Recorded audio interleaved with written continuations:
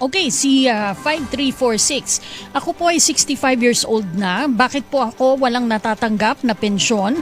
Puro pangako lang po ang mga politiko na may makukuha. 3 taon na po akong naghihintay. Wala naman po.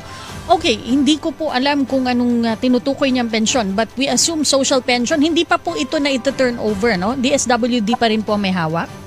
Naku, Kathy, hindi pa talaga sa amin yan. At ako ay kumbaga, it is my prayer. At yan yung aming tinitingnan, no, na harinawa sa 2026 ay mailipat sa NCSC dahil nakasaad naman po yan sa batas na dapat ang mga ngasiwa sa lahat ng programa, social man, medical, or anumang mga benefits para sa nakatatanda ay dapat nakalagak sa NCSC.